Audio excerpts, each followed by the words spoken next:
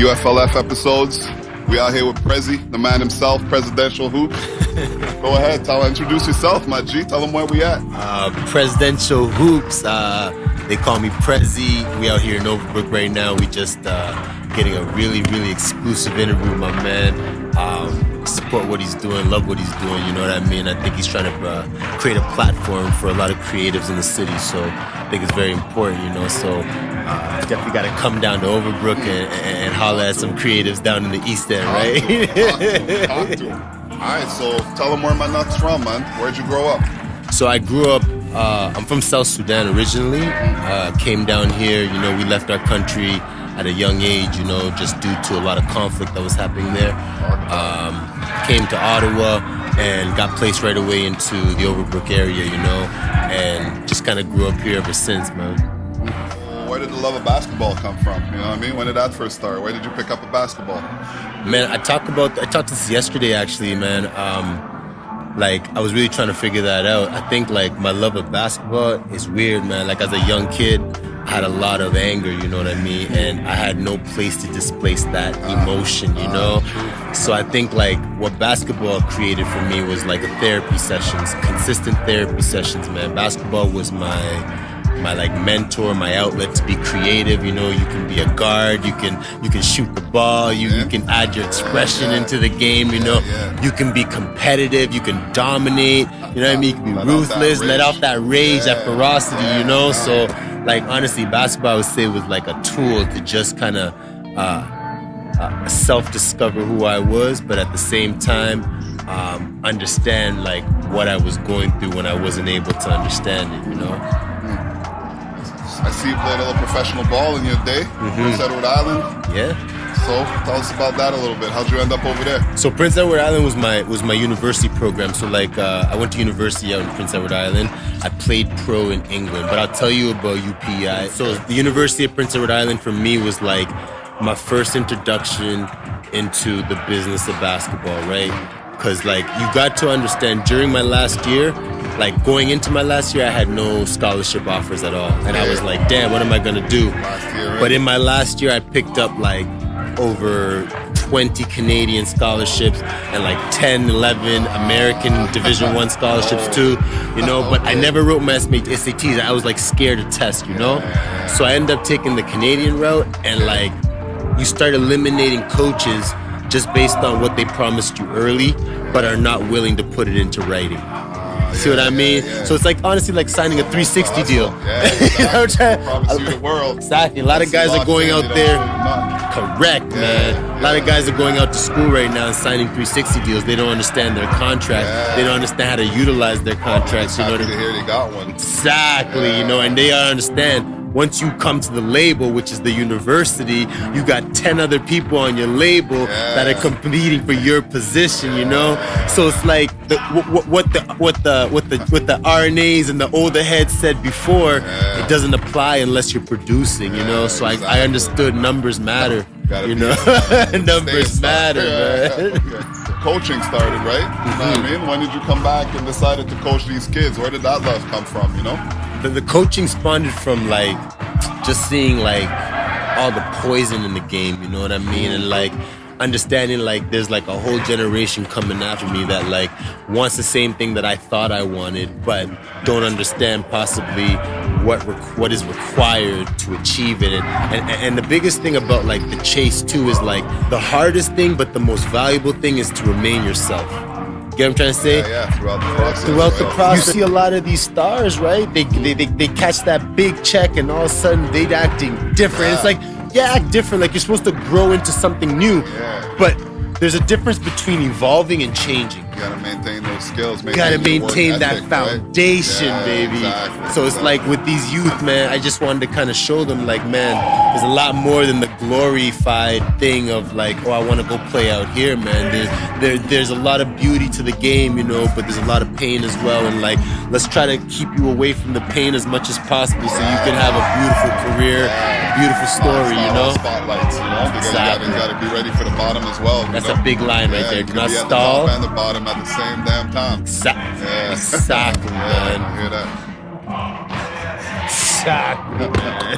So what about sports. I see you do soccer, football. I seen a few drills there. You know what I mean? Well, it's nuts, man. We do different drills using, I'd say, a combination of different sports, but it's all related to basketball at the end of the day. You know, like one thing I did in my first camp ever is like I really like took all the money and reinvested back in the camp to like have the best product I could have, right? I'm seeing you in the water. I'm seeing you. See what I mean? So I'm seeing you everywhere. You know, it's exactly. not just a basketball court. So like the first camp we did, we brought in a boxing instructor. Okay. You know what I mean? We brought in a sprint coach. So we wanted to work the kids' footwork, their athleticism, their mobility.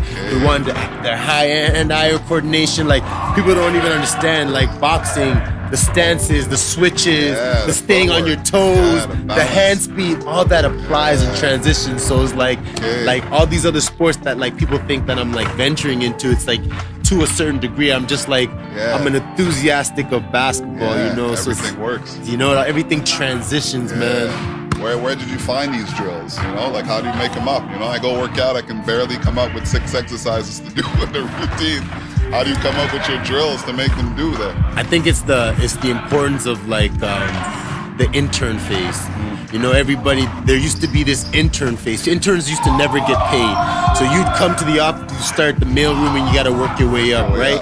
It's like, that's my process, man. Like when it came to learning how these drills work and everything, first it was like applying to myself and seeing what those results transitioned into an actual season, right? And then it was giving out free drills in my first year and free training just so I can get my 10,000 hours and understand like what it takes to actually put a good segment together, a transition from one drill to another. You know, were you warm? Why do your knees hurt after the session? You know, you should feel fine, you know, so understanding the kinks and everything, man. It's Overbrook, man, you know? Being from Overbrook myself, you know what I mean? My man. So what you're doing definitely touches the heart for me, you know? It's personal, you know what I mean?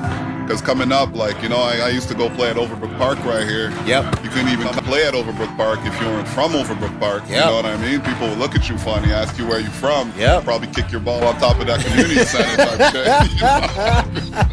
So showing the love that I see now, you know, kids are hyped to go play. Like you can see here, we out here 7 a.m. Everybody out here ready to play, you know what I mean? Yeah, man. I see the new court, River Rain Parks, rebuilt. That's some pay to type shit, bro, you know what I mean? Seeing the love.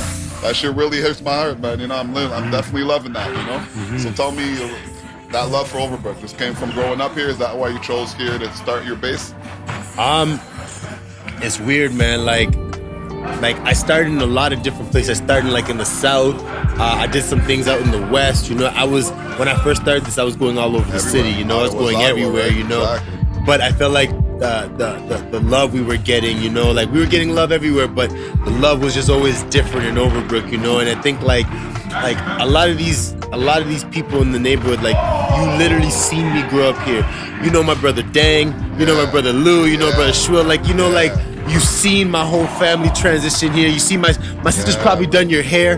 You know what I'm saying? Like, so it's like, man, there's so many roots and connections to this area. And then watching it grow, I keep saying, man, Overbrook is Brooklyn before the gentrification, man.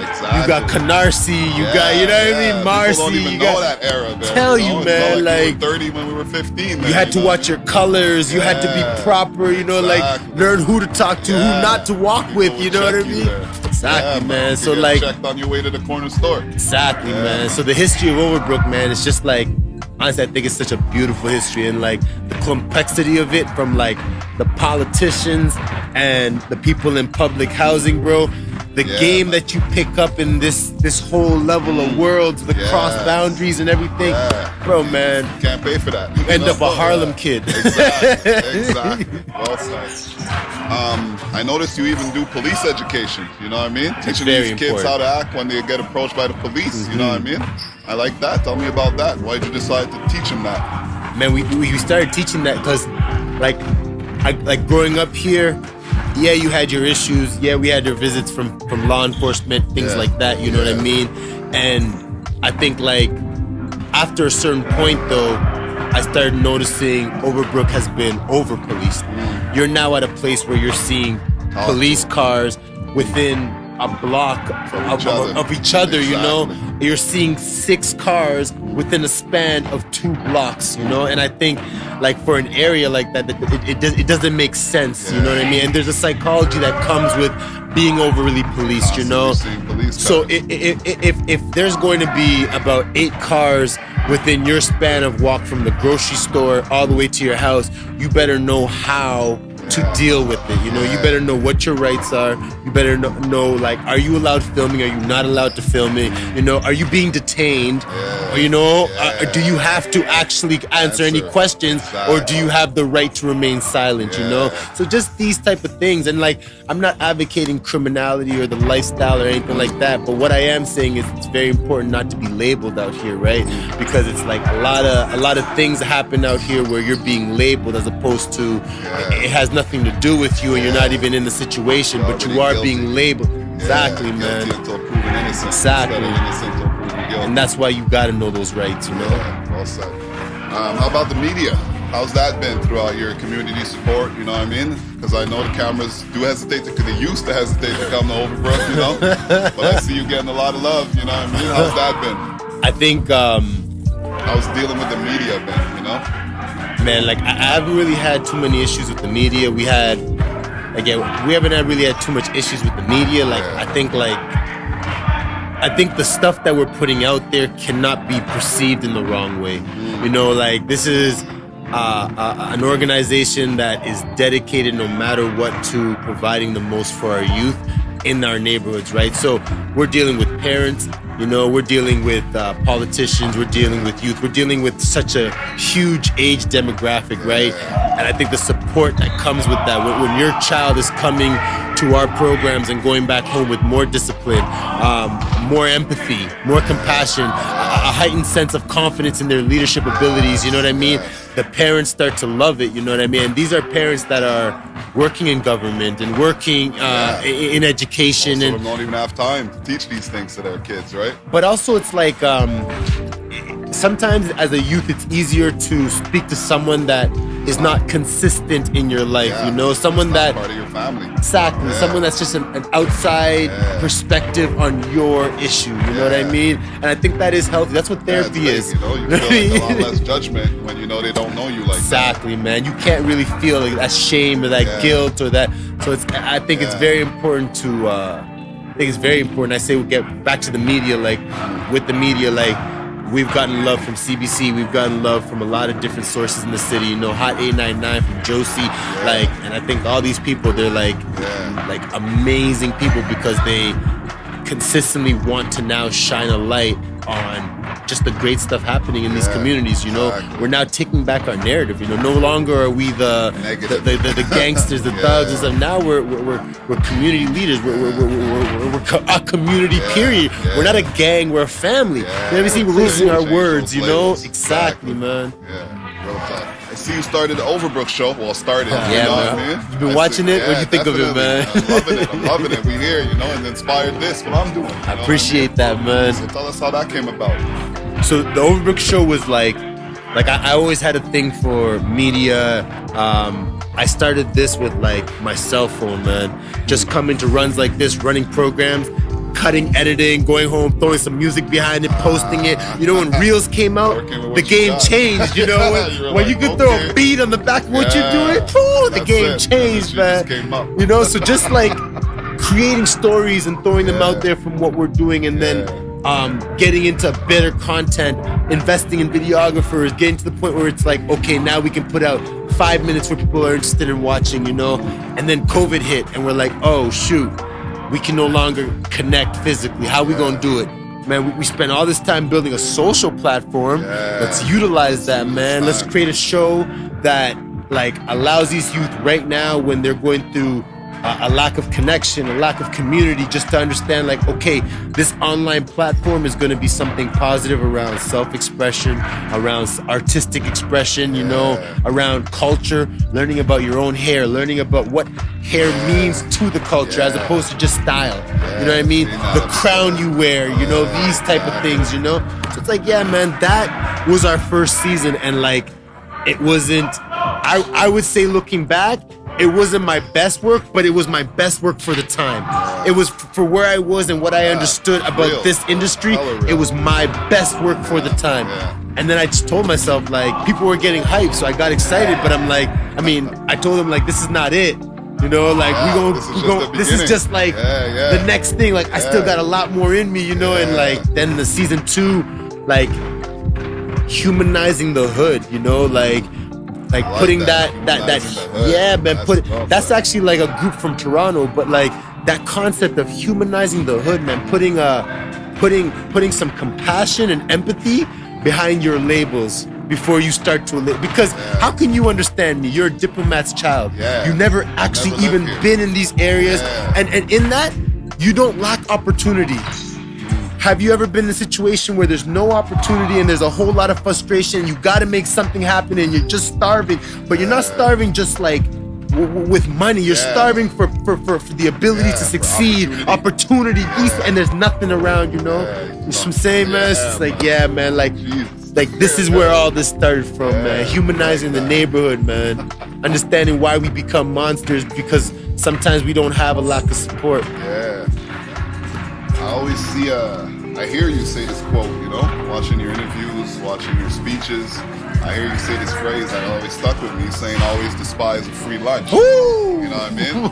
Tell me about that. Come on, man. Like, and like, it's funny that you're saying that because like, as like, people think the higher you rise in your craft, the easier it is, right? More opportunities come, but the higher you rise, the more that's more valuable. That despise the free lunch because, like, in the position I'm at right now, I'm in a position where I'm only looking to create sustainability. You get what I'm trying to say? We've proven ourselves. We've laid the foundation. It's about sustainability now, you know? And I'm learning that, like, not every opportunity is a great opportunity.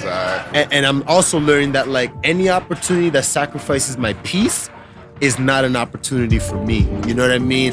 I really value the fact that I can go to sleep when I need to go to sleep. I don't got stuff on my mind. I'm not thinking about girls. I'm not thinking about drama. I don't got, you know, like things just to figure out. It's that I'm just going to sleep. You know what I'm trying to say? And I'm waking up and letting my spiritual guides and everybody else handle the stuff that's not correct, man. So it's like, despise the free lunch is the realest stuff I've ever heard because really and truly, man, as you start to get better and better at your craft, there's free lunches become free full course meals, and you need to now be like, I'm full, daddy-o. You know? I'm full now. I'm good. Where do you see Presidential Hoops 3 years, 5 years from now? What's in your head? What are you planning? You know, where would you like to be? Man, it's nuts. Like I never used to want to tell people what I'm doing next, you know. I'm a show guy, show. I think the art of telling is there's nothing wrong with telling. I just seen it backfire in my life a lot of times, you know. So I conceal my mouth, you know, and I just like show. I'll see it when it happens. But this one I want to put into the universe on the wax, you know what I mean? And for me, like where Presidential's heading next is international, man. It's time to take this stuff and take it to the world. I think like Ottawa is a beautiful foundation, and I love it, the love that we and support that we get from the city. But it's really now time to really like franchise this out. Beyond franchise, man. Just show the world what Overbrook's about, what Ottawa's about, what the 613 is really about. You know, I think nationally, then internationally, it's time for like other people to really feel us, you know, and that's the thing. Like we spend all this time mixing the potions in the lab and creating the recipes, you know what I mean? It's time for these people to taste this meal, you know what I mean? Exactly, man. All right, man. I just want to take the time to say thank you, taking the time to talk to us, dropping some knowledge, dropping some wisdom, you know? Go ahead and tell the people where they can reach you, you know what I mean? You can reach me at Instagram is Presidential Hoops, so it's PREZDENTIAL Hoops. You can catch us on Facebook at Presidential, PREZDENTIAL, same spelling, For Twitter, don't forget the Z. Can't forget the Z. Real quick. Oh man, it's crazy. Like, you gonna see that in the next episode. So we drop in the last episode, the season finale of the Overbrook Show this Sunday at 7:30 p.m. on Rogers and on our YouTube channel. Shout out Rogers, shout out our sponsors. Really appreciate the support with this project. Shout out Ben Telfer, for the help on the project too, man. Came through for real. Yeah, man. So like, the title is called From A to Z. So you literally gonna understand why it's called presidential as opposed to presidential. You know what I mean? Yeah. Z, man, top to bottom, baby. All right, man. You got it here first. UFLF episodes, man. Another one in the bag. Thank you for taking the time to talk to us. Thank you for having me, King, man. I really appreciate it. Love. See you. For real.